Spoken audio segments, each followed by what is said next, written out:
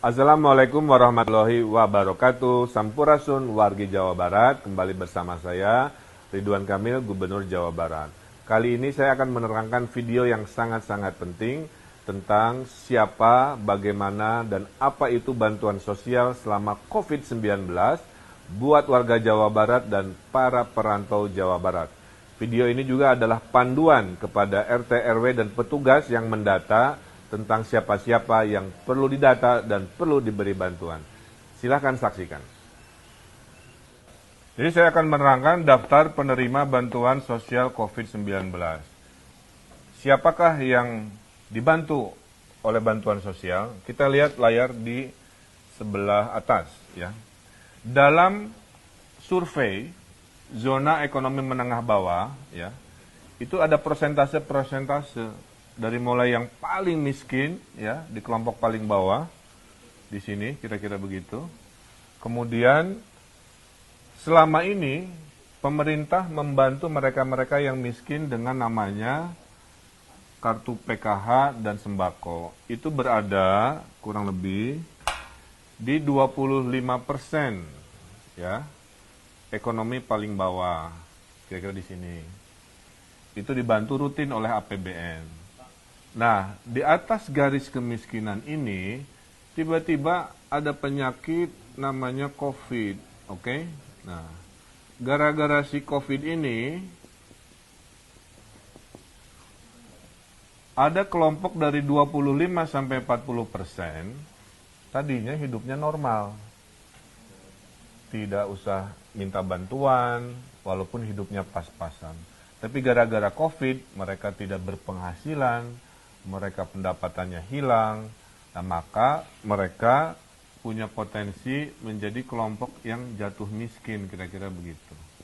Nah, kelompok dari 25-40% inilah yang dibantu oleh 1 APBN, 2 oleh APBD provinsi, dan 3 oleh APBD kota kabupaten. Nah, bantuan dari pemerintah jumlahnya sangat banyak. Alhamdulillah. Ada 9. 1, 2, 3, 4, 5, 6, 7, 8, 9. 1 kita sebut namanya program keluarga harapan PKH. 2, kartu sembako. Nomor 1, nomor 2 ini adalah untuk yang miskin lama, yang sebelum COVID sudah dibantu. Sehingga walaupun dia miskin, dia tidak akan mendapatkan bantuan nomor 3 sampai 9 karena sudah dibantu dari bulan Januari dan akan dibantu sampai bulan Desember, kira-kira begitu. Nah, dari nomor 3 bantuannya sampai pintu nomor 9 ini muncul gara-gara ada si COVID ini. Kira-kira begitu. Nah, apakah pintu nomor 3 sampai 9 itu? 1, di nomor 3 ada bantuan presiden. Tapi ini untuk Jabodetabek perantau supaya tidak mudik. Ya. 4, ada kartu prakerja. Kartu prakerja ini untuk pengangguran atau mereka yang kena korban PHK. Kalau Anda kena PHK, baru-baru saja diberhentikan, maka pintunya dari 9 pintu ini, kartu prakerjalah penolong Anda. Nomor 5, ada kota, ada desa. Nah, kalau Anda terdampak oleh COVID ini, tapi KTP dan tinggalnya di desa, maka nomor 5 inilah yang membantu Anda, yaitu dana desa. 30% dari dana desa sudah ditugaskan membantu COVID-19. Nomor 6, adalah bantuan Kementerian Sosial untuk umum, profesi tukang gorengan, profesi supir angkot mungkin, profesi ojek pangkalan, profesi seni, apa yang merasa terkorbankan dan tidak bisa hidup, itu dibantu oleh nomor 6. Sisanya, kalau sudah nomor 1, 2, 3, 4, 5, 6 ini masih kurang, masuklah bantuan dari provinsi, dari saya, dari para DPRD yang terhormat. Juga Kalau masih kurang dari provinsi, masuklah bantuan sosial dari kota kabupaten. Dan terakhir, kalau masih ada yang tidak punya KTP, tidak punya kartu keluarga, sektor informal yang tidak tersurvei, misalkan ada anak jalanan, gelandangan, pengemis, dan lain-lain yang tidak biasa masuk ke data, maka ada program kemanusiaan, yaitu program untuk memberi makanan, atau kita sebut juga program nasi bungkus. Jadi insya Allah ya, tidak boleh ada yang kelaparan di tanah Jawa Barat. Mereka yang berkesusahan akan diberi pertolongan. Kita simulasikan, Pak, kalau saya PHK, saya dapat bantuan dari mana? Dari Pak Gubernur, dari Pak Presiden, atau dari mana? Nah, kita simulasikan. Kalau Anda kena PHK atau pengangguran, katakanlah nama Anda Luna Maya, ya. Dan ini saya ngarang-ngarang, mohon izin. Maka dari pintu nomor 3, nomor 9 gara-gara COVID ini, yang kena PHK berada di zona bantuan kartu prakerja. 600.000 kali 3 bulan, dan lain-lain. Pada saat Anda sudah mendapatkan kartu prakerja, bantuan 600.000 kali 3 bulan, Anda tidak berhak lagi, walaupun tinggalnya di desa, atau meminta bantuan dari Kemensos, dari Bansos Provinsi, Kokap, nggak boleh. Hanya dari kartu prakerja, insya Allah cukup. Simulasi kedua, jika ada warga desa menjadi lebih susah hidupnya karena COVID, katakanlah namanya Sahrini, Ampura Ece Sahrini, saya pakai namanya, maka Sahrini ini dibantunya tidak di nomor yang lain, hanya di nomor bantuan nomor 5, namanya dana desa. Nah, jika ada teman Sahrini ini tidak mendapatkan bantuan dana desa karena terbatas, maka teman-temannya Sahrini ini akan dibantu oleh Kemensos, masih kurang dibantu lagi oleh provinsi, masih kurang dibantu lagi oleh kota kabupaten. Kira-kira gitu. Simulasi ketiga, Pak, saya KTP-nya bukan KTP lokal, alias perantau, ya. Kalau Anda perantaunya tinggalnya di Jabodetabek, maka Anda dibantu Pak Jokowi oleh Pak Presiden, 600.000 kali 3 bulan juga. Maka perantau ini masuknya adalah bantuan nomor 3, yaitu Bansos Presiden. Ya.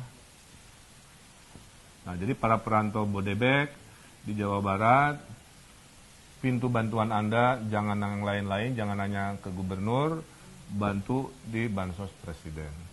Tapi kalau perantaunya ada di kota Bandung, bukan di Bodebek, maka para perantau ini dibantu oleh bansosnya provinsi.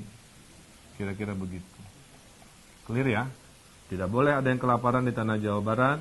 Mau KTP Jawa Barat, bukan KTP Jawa Barat dibantu. Yang bukan KTP Jawa Barat perantau, kalau tinggalnya di Jabodetabek dibantu Pak Jokowi. Kalau tinggalnya di luar Jabodetabek dibantu kami dari provinsi. Kira-kira begitu. Simulasi berikutnya, profesi umum, ya. Karena ada istilah apa? Kenapa ojol aja yang kesannya dibantu? Dalam bantuan pemerintah nggak milih-milih profesi. Selama dia jatuh miskin gara-gara COVID, apapun profesinya itu kita bantu. Nah, ini Cinta Lora misalkan menjadi jatuh pada rawan miskin ke arah kemiskinan, profesinya umum, maka tadi kalau profesi umum ini tinggalnya di desa, didahulukan dana desa, ya. Kalau dia profesi umum ini sudah habis bantuan dari desa atau tinggalnya di kota, dia masuklah bantuan pintu nomor 6 dari Kemensos, 600.000 kali 3. Ternyata teman-temannya Cinta Laura yang seprofesi nggak kebagian di bantuan nomor 6, jangan khawatir. Bantuan nomor 7 akan masuk jika tidak cukup bantuan nomor 6 dan tidak cukup nomor 6, nomor 7, maka bantuan dari wali kota, bupati masuk di sini. Terakhir, jika Anda tidak masuk zona formal yang bisa disurvei, baik perantau atau KTP lokal, katakanlah anak jalanan, saya simulasikan, di sini namanya Lucinta Luna, katakanlah Lucinta Luna ini anak jalanan, maka memang dia tidak bisa mendapatkan karena tidak punya alamat dan nama ber-KTP yang jelas, maka dibantunya ada di zona yang namanya program bantuan makanan. Jadi kesimpulannya bahwa semua warga yang terdampak COVID itu akan dibantu dari pintu bantuan nomor 3 sampai nomor 9, dan masing-masing tidak boleh ada yang duplikasi mendapatkan 2 bantuan.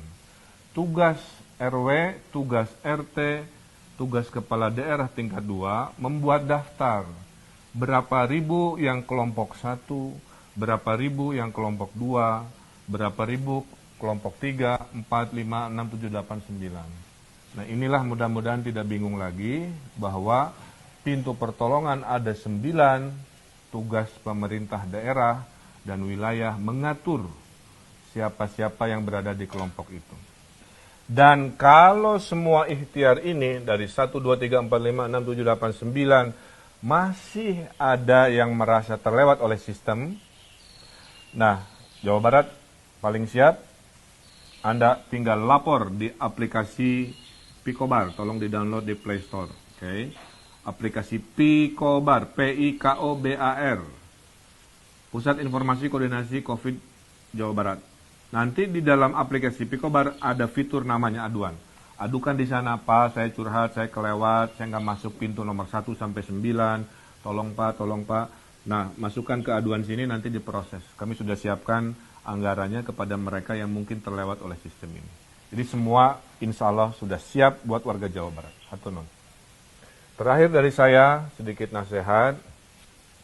Dalam suasana sulit ini, saya mendoakan, karena pemerintah tidak akan sanggup bisa menolong semua orang, maka saya mendoakan agar masih bisa menjadi kelompok tangan di atas yang memberi kepada tangan di bawah. Tangan di atas ini adalah orang-orang yang paling mulia. Saya terharu ada Hafiz namanya, anak SD dari Kabupaten Bandung Dayakolot, menyumbangkan jajannya untuk membantu COVID. Walaupun dia berkesusahan juga, ibunya tukang bakso yang terdampak COVID, tapi dia bersemangat mendabungkan dari tabungannya untuk menolong. Kemudian nasihat dari para ulama, sebelum kita tangannya di bawah, ya, urut-urutannya adalah kita sebut urutan survival. Habiskan dulu jika Anda punya tabungan. Disinilah momen tabungan itu dipakai, ya. Tabungan itu kan ditabung untuk suasana darurat, situasi darurat. Sekarang COVID, momen kedaruratan. Gunakan tabungannya sampai titik-titik terakhir. Jika tabungan habis, ada aset yang bisa dimanfaatkan.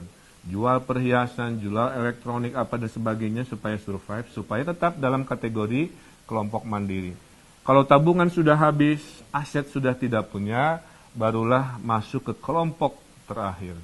Jadi saya harap mereka yang masih punya tabungan aset, jangan buru-buru berada di kelompok tangan di bawah menerima bansos. Ini untuk mereka yang betul-betul kepepet, sudah tidak punya tabungan, tidak punya aset. Dan tugas ini bukan hanya tugas pemerintah, tapi juga tugas dari masyarakat. Ada yang nyumbang sembako, ada yang nyumbang uang. Mari kita bahu-membahu karena COVID-19 adalah masalah bersama. Dari pemerintah menyumbang, masyarakat melakukan gerakan sumbangan juga, donasi. Sehingga penerima rumah tangga yang tidak punya tabungan dan aset ini bisa survive minimal 3-4 bulan ke depan. Jadi saya kira itu para pemirsa bahwa masalah COVID-19 adalah masalah bersama. Pemerintah sudah punya 9 pintu pertolongan. Tugas di wilayah memastikan siapa mendapat apa tanpa ada duplikasi. Tidak boleh ada yang terlewat, tidak boleh ada manusia yang kelaparan di tanah Jawa Barat. Mari jadi kelompok tangan di atas. Mari gunakan tabungan dulu, aset dulu, baru masuk kelompok yang tangan di bawah. Apapun itu, dengan kebersamaan, dengan kekompakan, insya Allah kita pasti menang melawan COVID-19 ini. Wabillahi taufiq wa hidayah, sekian dari saya. Wassalamualaikum warahmatullahi wabarakatuh.